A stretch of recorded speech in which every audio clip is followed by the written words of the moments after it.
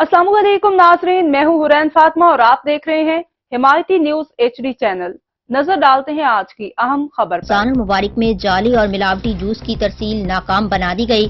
Director general food authority Asim Javed की हिदायत पर फूड सेफ्टी टीमों ने मुंशी मोहल्ला में वाक़े गोदाम की चेकिंग की, जिसमें 10,700 लीटर से जायद मारूफ ब्रांड्स की जाली कार्बोनेटेड ड्रिंक्स और जूस जब्त कर लिए गए। तफसीलात के मुताबिक इंतहाई लाजिम रिकॉर्ड की अदम दस्तयाबी पर कार्रवाई अमल में लाई गई।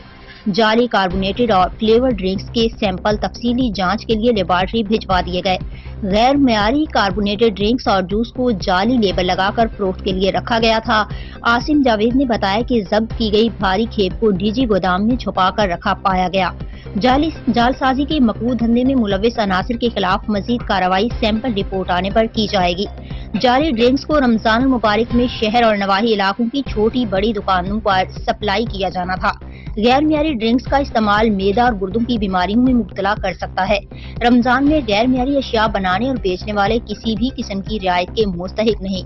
आसिम जावेद ने कहा, जालसाज और मिलावट करने वाली काली भेड़ों के कारोबार जड़ से उखाड़ दिए जाएंगे।